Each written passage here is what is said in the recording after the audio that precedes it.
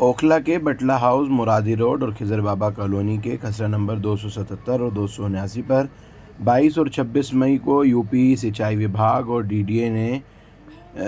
ये नोटिस लगाए थे कि 15 दिनों के अंदर इन मकानों को खाली कर दीजिए। यहाँ पर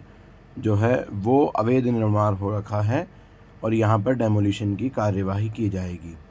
जिसके बाद खिजर बाबा कॉलोनी और मुरादी रोड पर रह रहे तमाम लोगों में एक अलग ही बेचैनी पैदा हो गई, जिसकी तारीख ईद के ठीक अगले दिन 11 जून ही बन रही थी 15 दिनों के अनुसार।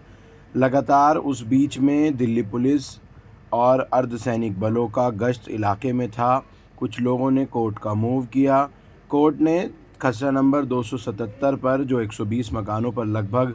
नोटिस चस्पा किए थे यूपी इरिगेशन डिपार्टमेंट ने, उन सब पर 4 अगस्त तक के लिए रोक लगा दी है। लेकिन खिजर बाबा कॉलोनी मुरादी रोड पर ही 279 खसरा नंबर के जो तकरीबन 50 मकान थे, उसमें से अभी तक माना जाए तो 10-11 मकानों पर ही दिल्ली हाई कोर्ट ने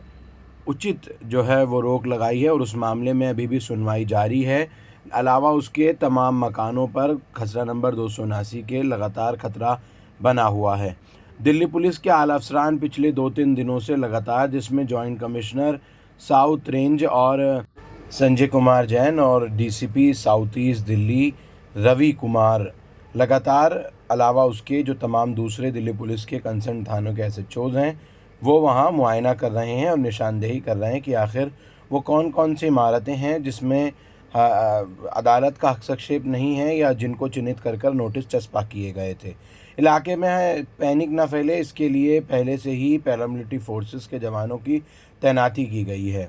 खुद पुलिस के अफसरान गलियों में घूमते हुए जो खसरा नंबर पर जहाँ कार्रवाई होनी है वहाँ कैमरों से फ़ोटो खींचते हुए नज़र आए, पैमाइश करते हुए नज़र आए, उन बिल्डिंग्स को चिन्हित करते हुए नज़र आए।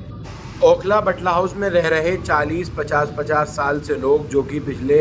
5-5, 7-7 दशकों से रह रहे हैं, अब उनमें एक असमंजसता की स्थिति पैदा हो गई है कि नहीं मालूम न जाने कब